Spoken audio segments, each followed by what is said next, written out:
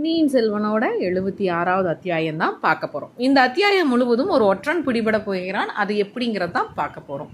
அன்று நடந்த சம்பவங்கள்லாம் பெரிய பழுவேட்டையருக்கு மிக எரிச்சலை உண்டு பண்ணுச்சுன்னு தான் சொல்லணும். சக்கரவர்த்தியிடமும் அவர் குடும்பத்து மேலே இந்த மக்கள் இவ்வளோ அபிப்பிராயமும் விசுவாசமும் வச்சுருக்காங்கங்கிறத காமிக்கிறதுக்கே இந்த விழாவை ஒரு சந்தர்ப்பமாக அவங்க வச்சுக்கிட்டாங்க. ஜனங்க அறிவே இல்லாத ஆடு மாடுக 4 பேர் எந்த வழியில் போகிறாங்களோ அதே வழியில் இந்த 4000 பேரும் போயிடுவாங்க போல். சுய அறிவுன்னு ஒன்று இருக்கே, அதை பயன்படுத்திக்கவே மாட்டாங்களா? பயன்படுத்தணும்னு எத்தனை பேருக்கு தான் தெரியுமோ அப்படின்னு தமக்குள்ள அடிக்கடி சொல்லி பொறுமிக்கொண்டே இருந்தார். சக்கரவர்த்தி சொர்க்கத்துக்கு போறாரு, சாம்ராஜ்யத்தை பாலாக்கிட்டு தான் போவார் போல இருக்கு. இந்த ஊருக்கு வரியை தள்ளிவிடு, அந்த கிராமத்தை இறையிலை கிராமம் செய்துன்னு கட்டளை போட்டுக்கிட்டே இருக்கிறாரே. கொஞ்ச காலத்துக்கெல்லாம் வரி கொடுக்கும் கிராமமே இல்லாமல் போயிடும். ஆனால் போர்க்களத்துக்கு மட்டும் செலவுக்கு பணமும் உணவும் தானியமும் அனுப்பிக்கிட்டே இருக்கணுமா? எங்கிருந்து தான் அனுப்புறது என்று அவர் இறைந்து கத்தியதை கேட்டு அவருடைய பணியாட்கள்லாம் பயந்தே போயிட்டாங்க. அண்ணா, இப்படிலாம் சத்தம் போடுறதுல என்ன பயன் இருக்குது?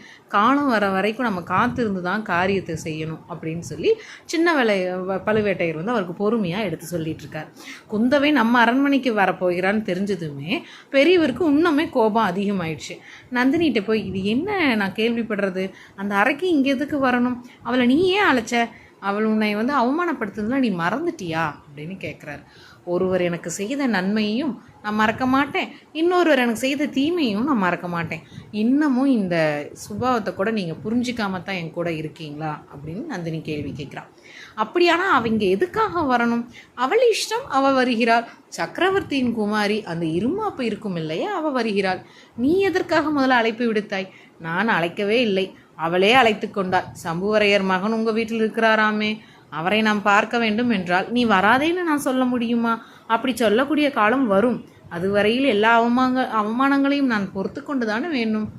என்னால் பொறுத்து கொண்டிருக்க முடியாது. அவள் வரும் சமயம் நான் இந்த அரண்மனையில் இருக்க முடியாது, இந்த நகரிலேயே என்னால் இருக்க முடியாது. மலைப்பாடியில் கொஞ்சம் அலுவல் இருக்கிறது, நான் போய் வருகிறேன். அப்படியே செய்யுங்கள் நாதா, நானே சொல்லலாம் என்று இருந்தேன். அந்த விஷப்பாம்பை என்னிடம் விட்டு விடுங்கள், அவளுடைய விஷத்தை இறக்குவது எப்படி என்று எனக்கு தெரியும். தாங்கள் திரும்பி வரும்போது ஏதேனும் சில அதிசயமான செய்திகளை கேள்விப்பட்டால் அதற்காக தாங்கள் வியப்பு மட்டும் அடைய வேண்டாம். என்ன மாதிரி அதிசயமான செய்திகள்? குந்தவை பிராட்டி கந்தன்மாறனை திருமணம் செய்ய கொள்ளப் போவதாகவோ, ஆதித்த கரிகாலன் கந்தன்மாறனுடைய தங்கையை மணக்கப் போவதாக கூட கேள்விப்படலாம். ஐயையோ, இது என்ன சொல்கிறாய்? அப்படியெல்லாம் நடந்துவிட்டால் நம்முடைய யோசனைகள் என்னாகும்? பேச்சு நடந்தால் காரியமே நடந்து விடுமா? மதுராந்த தேவருக்கு அடுத்த பட்டம் என்று உங்கள் நண்பர்களிடமெல்லாம் சொல்லி வருகிறீர்களே, உண்மையில் அப்படி நடக்கப் போகிறதா? பெண்ணை போல் நாணிக்கோணி நடக்கும் மதுராந்தகத்துக்கு பட்டம் கட்டுவதற்காக தான் நம்ம இவ்வளோ பாடுபடுகிறோமா என்று கூறி நந்தினி தன் கரிய கண்களினால் பெரிய பழுவேட்டரை உற்று நோக்கினாள். அந்த பார்வையின் சக்தியை தாங்க முடியாத கிழவர் தலை குனிந்து அவளுடைய கரத்தை எடுத்து கண்ணில் ஒற்றிக்கொண்டு, என் கண்ணே, இந்த சோழ சாம்ராஜ்யத்தின் சிம்மாசனத்தில் நீ சக்கரவர்த்தினியாக வீற்றிருக்கும் நாள் சீக்கிரத்திலேயே வரும் என்றார். கந்தன்மாறன் தன்னை பார்க்க குந்தவை தேவி வரப்போகிறாள் என்று அறிந்து முதலாவது பரபரப்படைந்து தத்தளித்து கொண்டிருந்தான். குந்தவையின் அறிவும் அழகும் மற்ற உயர்வுகளும் நாடு அறிந்தவை அல்லவா? அப்படிப்பட்ட இளைய பிராட்டி தன்னை பார்ப்பதற்காக வருகிறாள் என்பது எவ்வளவு பெருமையான விஷயம்! இதற்காக உடம்பில் இன்னும் பல குத்துகள் பட்டு நோயாகவே படுத்திருக்கலாமே. அடடா, இந்த மாதிரி காயம் போர்க்களத்தில் தன்னுடைய மார்பிலை பட்டுத்தான் படுத்திருக்க கூடாதா? அச்சமயம் குந்தவை தேவி வந்து தன்னை பார்த்தால் எவ்வளவு கௌரவமாக இருக்கும்!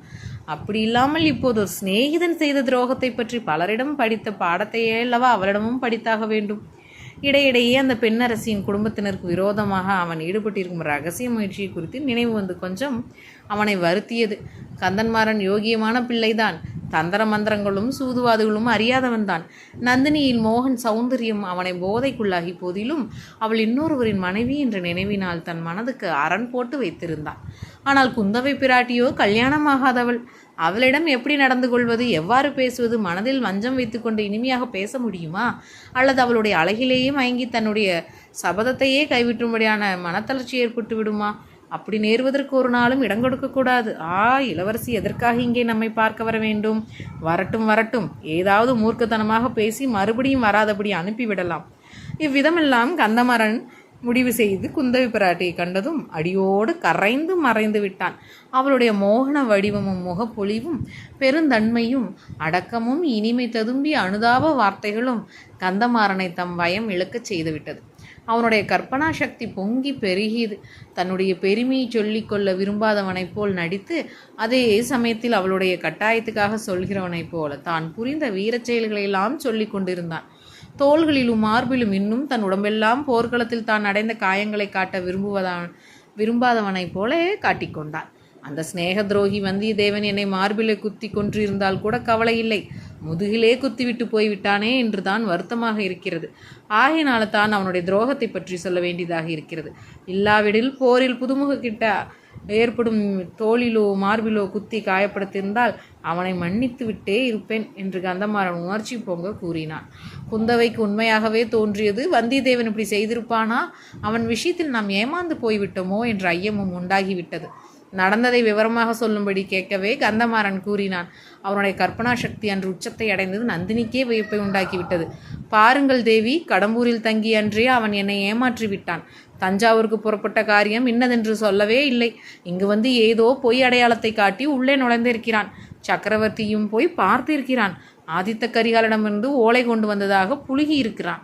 அத்துடன் விட்டானா, தங்கள் பெயரையும் சம்பந்தப்படுத்தி தங்களுக்கு ஓலை கொண்டு வந்திருப்பதாகவும் சொல்லவே கோட்டை தலைவருக்கு சந்தேகமே வந்துவிட்டது.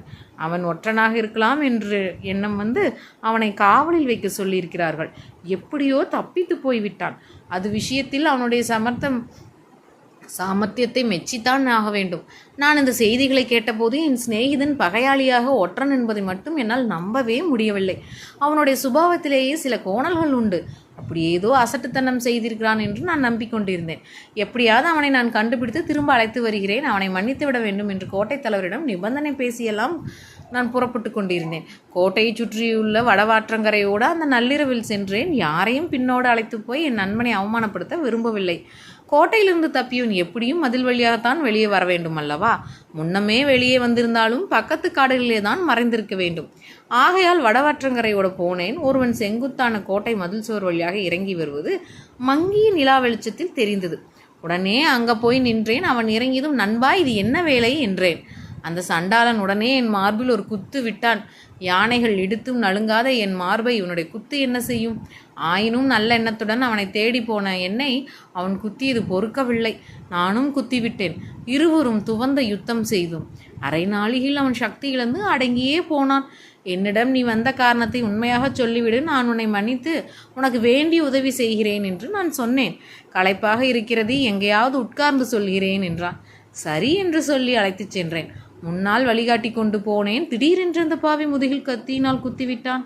அரைஜான் நீளம் கத்தி உள்ளே போய்விட்டது. தலை எனக்கு சுற்றியது. கீழே விழுந்து விட்டேன். அந்த சிநேகித துரோகி தப்பி ஓடிவிட்டான். மறுபடி நான் கண் விழித்து உணர்வு வந்தபோதுதான் ஒரு ஊமை பெண்ணின் வீட்டில் இருந்ததை கண்டேன். கந்தமாறனின் கற்பனை கதையை கேட்டு நந்தினி தன் மனதிற்குள்ளே சிரித்தாள். குந்தவை தேவிக்கு அதை எவ்வளவு தூரம் நம்புவது என்று தீர்மானிக்க முடியவில்லை. ஊமை பெண் வீட்டுக்கு எப்படி வந்து சேர்ந்தீர்கள்? யார் கொண்டு வந்து சேர்த்தது என்றார். அதுதான் எனக்கும் விளங்காத மர்மமாக இருக்கிறது. அந்த ஊமைக்கு ஒன்றுமே தெரியவில்லை.